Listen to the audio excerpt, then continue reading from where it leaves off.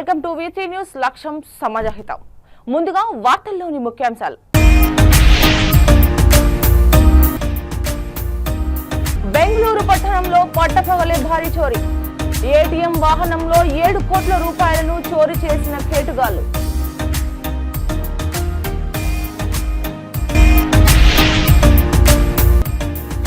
తెలియని వ్యక్తి ఆత్మహత్య కేసును ఛేదించిన సూర్యాపేట పోలీసులు.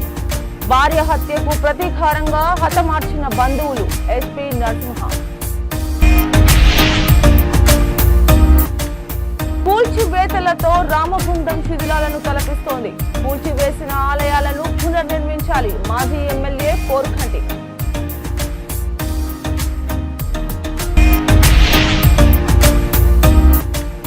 ఘనంగా చుక్కారామయ్య 100వ జన్మదినం వేడుకలు. శుభాకాంక్షలు తెలిపిన తెలంగాణ మాజీ మంత్రి కేటీఆర్. బెంగళూరు పట్టణంలో పట్టపగలే భారీ చోరీ జరిగింది. ఏటీఎంలో నగదు నింపే సిఎంఎస్ వాహనాన్ని రోడ్డుపై ఆపి ట్యాక్స్ ఆఫీసర్లమంటూ 7 కోట్ల రూపాయలను దుండగులు ఎత్తుకెళ్లినట్లు ఎన్డీటీవీ పేర్కొంది. JP Nagar HDFC bank branch నుంచి నగదు తీసుకెళ్తుండగా అశోక్ పిల్లర్ సమీపంలో ఈ ఘటన జరిగింది. కేసు నమోదు చేసిన పోలీసులు స్పెషల్ టీమ్స్ ని ఏర్పాటు చేసి నిందితుల కోసం గాలిస్తున్నారు. ఇది పక్కా ప్రణాళిక ప్రకారం జరిగిన దోపిడీగా పోలీసులు అనుమానిస్తున్నారు.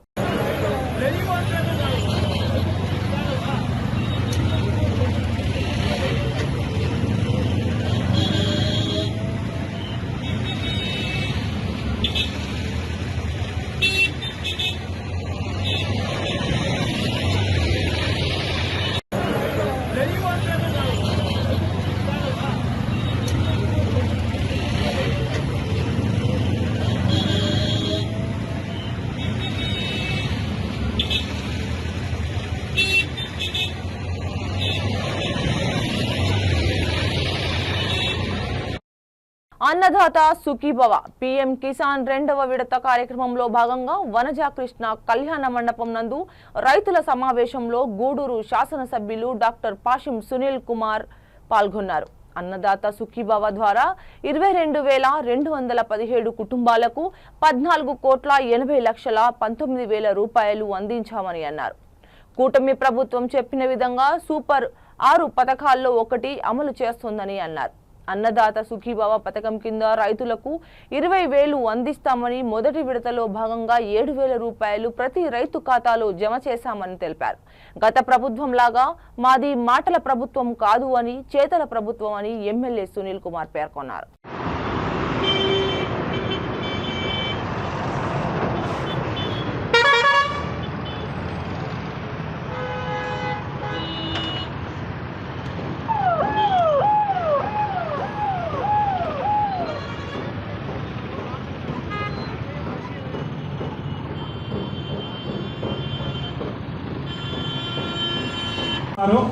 మొత్తం మన ప్రభుత్వం చెప్పినట్టుగా ఒక్కొక్క రైతు ఖాతాలో 20,000 రూపాయలు జమ చేయడం జరుగుతుంది.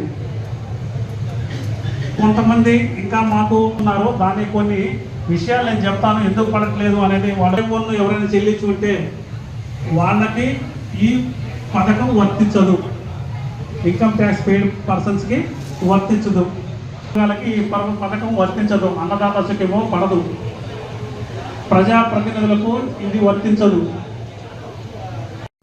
సూర్యాపేట రూరల్ పరిధి పిల్లలమర్రి గ్రామ శివారులో ఈ నెల 17న జరిగిన గుర్తు తెలియని వ్యక్తి హత్య కేసును సూర్యాపేట రూరల్ పోలీసులు ఛేదించారు. 9 మంది నిందితులను అరెస్ట్ చేసి హత్యకు సంబంధించిన వివరాలను జిల్లా ఎస్పీ కె నరసింహ వెల్లడించారు. మృతుడు ఏపీ రాష్ట్రం కోనసీమ జిల్లా అమలాపురం మండలం కరక్కాయలపేటకు చెందిన సత్యనారాయణగా గుర్తించారు. 2023లో భార్య హత్యకు ప్రతీకారంగా ఆమె కుటుంబ సభ్యులు మృతుడిని హత్య చేశారు. నిందితుల నుండి 2 కార్లు, 2 తాళ్లు, 1 క్లాత్, ఖాళీ యాసిడ్ క్యాను, 10 మొబైల్ ఫోన్లను స్వాధీనం చేసుకుని 9 మందిని రిమాండ్కు పంపినట్లు ఎస్పీ తెలిపారు.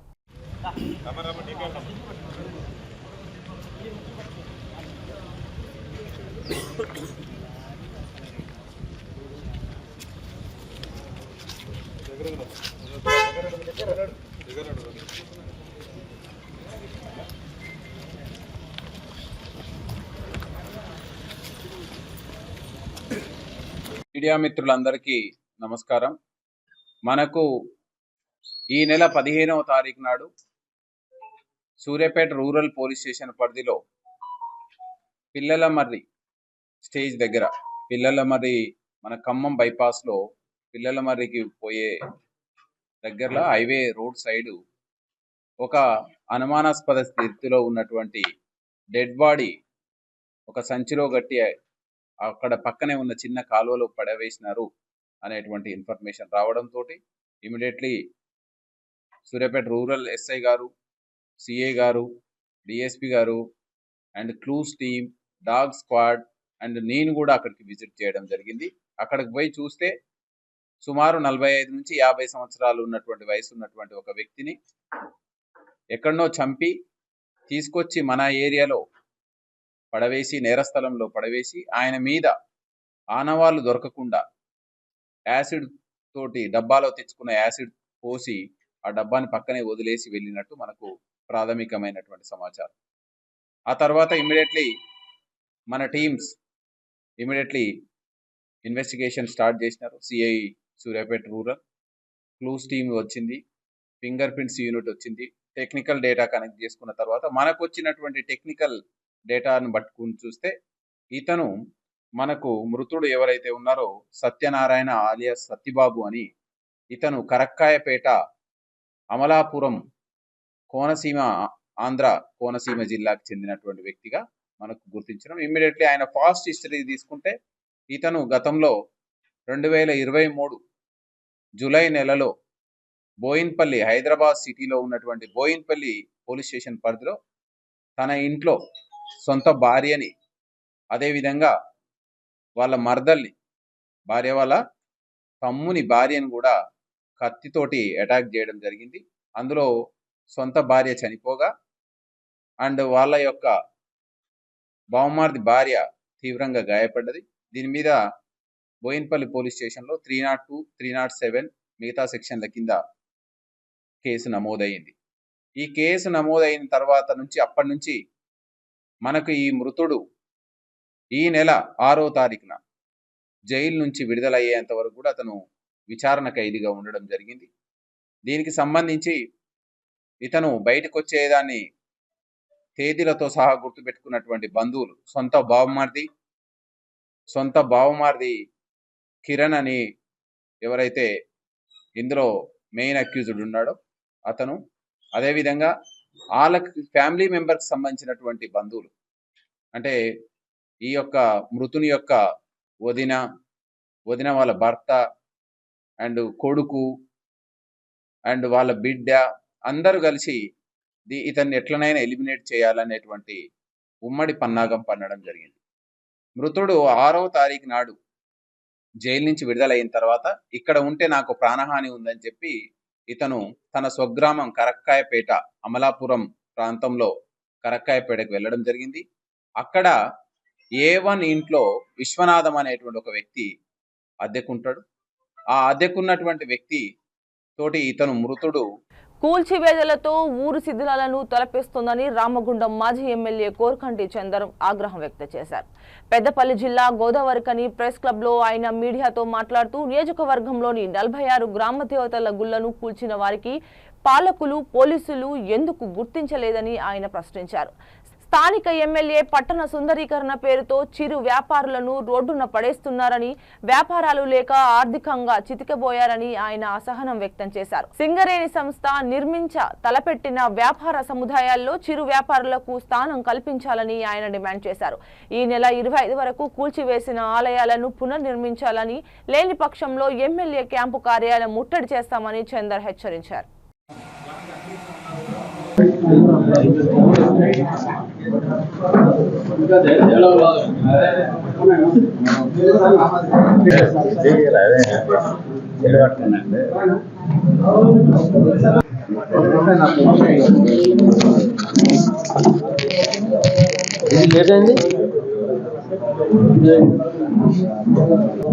మొన్న పోయింటి ఇంటికి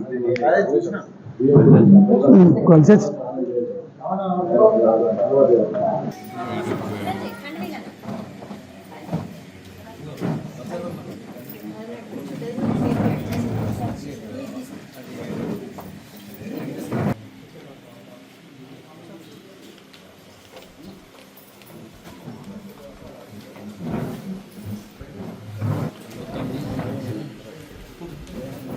ఎలక్షన్ కొంచెం ముందుండాలంటే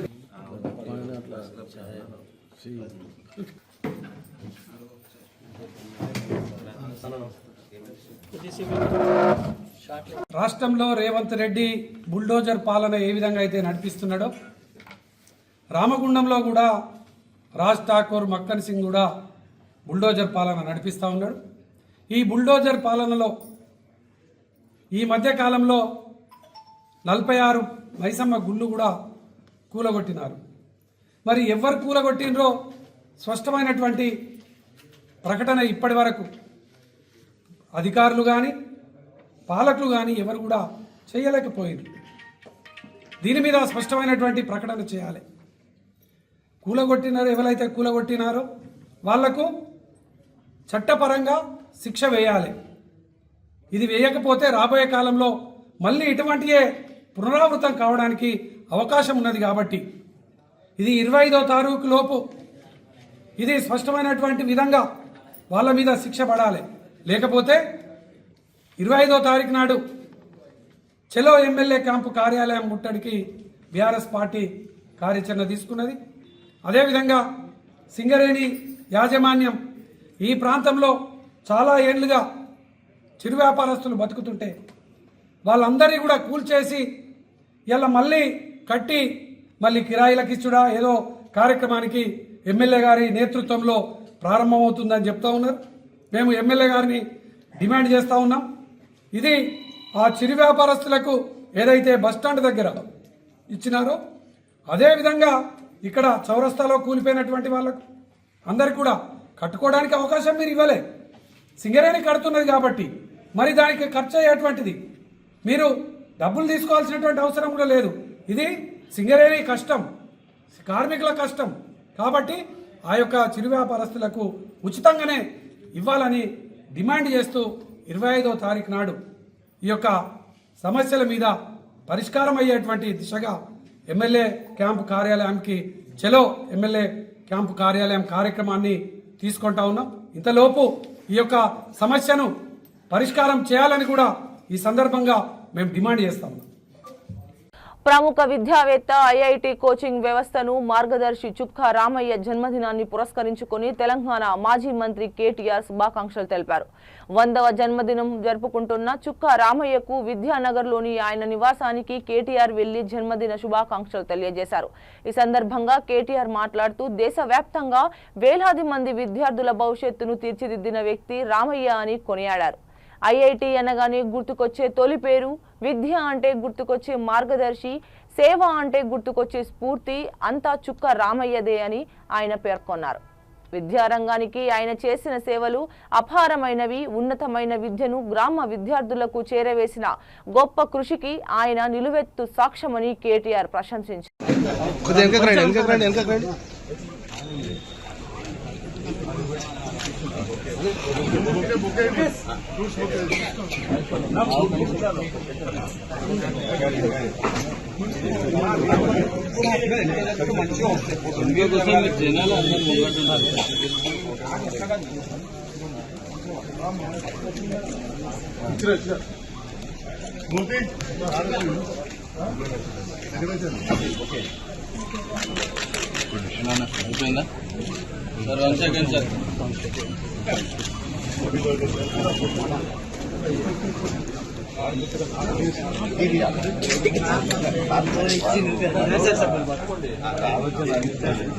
శంకర్ గారు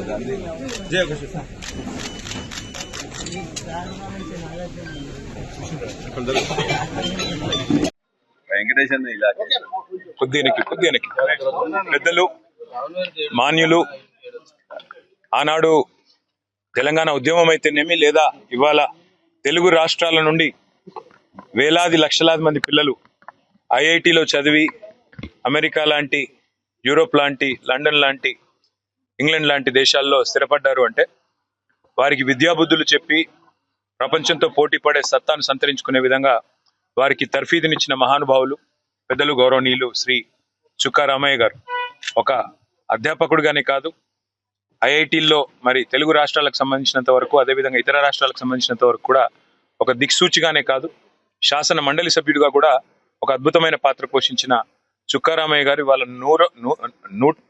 100వ మరి బర్త్డే జరుపుకోవడం, జన్మదినం జరుపుకోవడం మనందరికీ ఎంతో ఆనందదాయకం. అందుకే వారిని కలిసి వారికి శుభాకాంక్షలు చెప్పడానికి పెద్దలు శ్రీనివాస్ యాదవ్ గారు, అట్లాగే పెద్దలు కాలేరు వెంకటేష్ గారు, ముఠా గోపాల్ గారు, పల్లా రాజేశ్వర రెడ్డి గారు అందరం కలిసి మా పార్టీ తరఫున వారికి హృదయపూర్వకంగా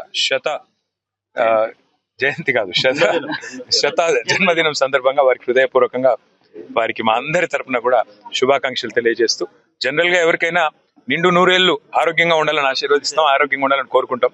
వారు నిండు నూరేళ్లు ఆరోగ్యంగా ఉన్నారు, ఇంకా మరింత ఆరోగ్యంతో వారు ముందుకు పోవాలని మనసారా కోరుకుంటూ వారి జీవితం ఇట్లాగే ప్రేరణగా స్ఫూర్తిదాయకంగా నిలవాలని మనస్ఫూర్తిగా ఆకాంక్షిస్తాం. మేడ్చల్ జిల్లా ఓల్డ్ అల్వాల్ అంబేద్కర్ నగర్ లో ఆల్ ఇండియా అంబేద్కర్ యువజన సంఘం వజ్రా ఎంక్లేవ్ మధ్య స్థల వివాదం నెలకొని హైడ్రాకు ఫిర్యాదు చేయడంతో హైడ్రా అధికారులు కంచె వేయడానికి సిద్ధమయ్యారు. దీంతో అంబేద్కర్ నగర్ కాలనీ వాసులు హైడ్రా అధికారులను అడ్డుకొని నిరసన వ్యక్తం చేశారు. 30 ఏళ్ల కిందట భూమి యజమాని హరినాథరావు 2000 పైచిలుకు గజాల స్థలంను పార్కు కోసం ఇచ్చారని, 1986లో భవనం కోసం పిల్లర్లు కూడా వేశామని, అప్పుడు లేని ఈ స్థల వివాదం ఇప్పుడు ఎందుకు వచ్చిందని కాలనీవాసులు హైడ్రా సిబ్బందిని నిలదీశారు. ఇటీవలనే ఎన్నికైన వజ్రా ఎన్క్లేవ్ కాలనీ నూతన కమిటీ వాళ్ళు ఈ స్థలమును కబ్జా చేయాలని చూస్తున్నారని వారు ఆరోపించారు.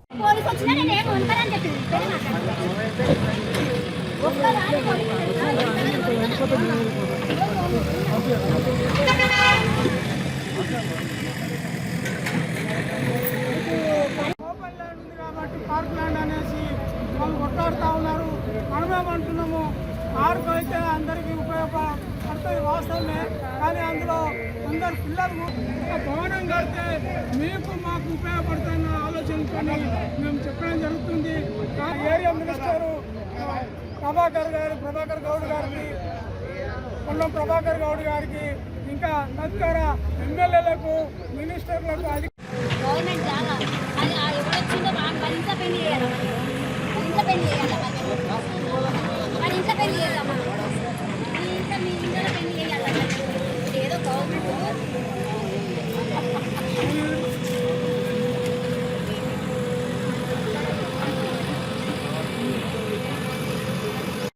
పూర్వం నాడు ఎవరైతే పట్టదారులను హరినాథ్ గారు స్వయాన అంబేద్కర్ నగర్కు స్కూల్ గురించి, హాస్పిటల్ గురించి, మహిళా భవన్ గురించి, ప్రపంచంలో జరుగుతున్న అభివృద్ధి పైన ఎస్సీలకు, ఎస్టీలకు, బీసీలకు అవగాహన ఉండాలని చెప్పి స్వయాన పట్టాదారు హరినాథ్ గారు అందరు కలిసి ఈ స్థలాన్ని అంబేద్కర్ యువజన సంఘానికి లిఖితపూర్వకంగా ఇచ్చినారు. మేము ఆ రోజు అంబేద్కర్ నగర్ దగ్గర ఈ స్థలం ఎందుకు ఇవ్వాల్సి వచ్చింది అంటే, మాకు పోవడానికి రావడానికి ఇబ్బంది ఉంది, డ్రైనేజ్ కనెక్షన్ లేదు, రోడ్డు లేదు, కరెంటు లేదు, ఇక్కడ పేదవాళ్ళకు మంచి జరుగుతుందని చెప్పి అంబేద్కర్ యువజన సంఘం అందరూ కలిసి 369 ఇళ్ళు 1000 కుటుంబాలతోటి ఆ రోజు వినతి పెట్టుకొని హరినాథ్ గారు ఇచ్చిన జాగా ఇది. స్వయాన 1996 నాటే మన గిఫ్ట్ చేసి సంఘానికి, భవిష్యత్ తరానికి అంబేద్కర్ నగర్లో చదువు, విద్య, ఆరోగ్యం రీత్యా అందరు చదువుకోవాలని ఆలోచన ఇచ్చిన జాగను ఈ రోజు కొంతమంది వ్యక్తులు పేరు చెప్పంగానే ఎస్సీ, ఎస్టీ, బీసీల మీద దౌర్జన్యంగా కక్ష సాధ్యంతో అనేకమైన రూపాయి జమ చేసుకొని ఇక పిల్లలు చేసుకొని అంబేద్కర్ సంఘాన్ని స్థాపించిన తర్వాత 2001 నాడ సంక్షేమ సంఘం నుంచి ఐఏఎస్ ఆఫీసర్ హోదాలు వచ్చి ఇక్కడ ఉన్న ట్రాన్స్ఫారాన్ని నిర్మాణం చేశారు. అప్పుడున్న జీవగన్ చైర్మన్ గారు వచ్చి ఇక్కడ అనేకమైన 26 జనవరి సంక్షేమ కార్యక్రమాన్ని చేశారు. అదే కాకుండా ఈ రోజున దాదాపు ఉదయం 8 గంటల టైంలో హైదరాబాద్లో ఇక్కడ వచ్చి మా అంబేద్కర్ నగర్ కాలనీలో దాదాపు మొత్తం వాళ్ళ పోలీస్ బందోబస్తు తోటి ఇక్కడ ఇచ్చేశారు. మరి అదేవిధంగా మేము దాదాపు 1996లో దీన్ని హరినాథ్ గారు ఏదైతే జీపీఏ హోల్డర్ ఉన్నారో మా ఆల్ ఇండియా అంబేద్కర్ యువజన సంఘానికి మరి కేటాయించడం అయింది. దాదాపు 3111 గజాల స్థలాన్ని అక్కడి నుంచి దాదాపు అంబేద్కర్ స్టాచ్యూ నుంచి యువతలకి దాదాపు 30 ఫీట్ల రోడ్డు అక్కడ ప్లాట్లు చేసిండు. కాబట్టి మేమేమైతే భూస్వాములు ఉన్నారో మరి ఆ భూస్వాములతో మేము పోయి మాట్లాడి, అయ్యా మాది అంబేద్కర్ నగర్ కాలనీ 30 ఫీట్ల రోడ్డు, మరి మీ వజ్రా కాలనీ వాళ్ళు ప్లాట్లు చేసారు, 15 ఫీట్ల రోడ్డు వదిలి మరి చేయాలి కదా అంటే ఆల్రెడీ ప్లాట్లు చేసిండు. ఆ ప్లాట్ల బదులు 15 ఫీట్ల స్థలాన్ని ఇక్కడ ఉన్న స్థలంలో ఇచ్చేసిండు. మరి ఏదైతే దాదాపు 9-11 ప్లాట్లు ఉన్నాయో ఆ ప్లాట్ల కూలగొడితే వాళ్ళు నష్టపోతారని అప్పటి భూస్వామి ఎవరైతే జీపీ హరినాథ్ గారు వాళ్ళ సమక్షంలో మాట్లాడి మా అంబేద్కర్ యువజన సంఘం తరఫున మరి మా అప్పటి ప్రెసిడెంట్ జనరల్ సెక్రటరీ వాళ్ళ ద్వారా జీపే చేసి చేయించారు. బులెటిన్ ముగించే ముందు హెడ్లైన్స్ మరోసారి. బెంగళూరు పట్టణంలో పట్టపగలే భారీ చోరీ. ఏటీఎం వాహనంలో 7 కోట్ల రూపాయలను చోరీ చేసిన కేటుగాళ్లు.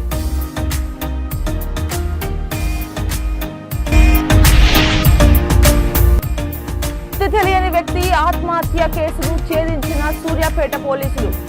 భార్య హత్యకు ప్రతీకారంగా హతమార్చిన బంధువులు. ఎస్పీ నరసింహ.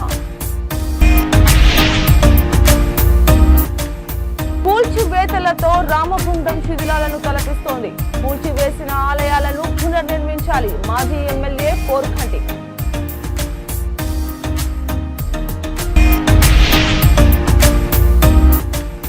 ఘనంగా చుక్కారామయ్య 100వ జన్మదినం వేడుకలు. శుభాకాంక్షలు తెలిపిన తెలంగాణ మాజీ మంత్రి కేటీఆర్.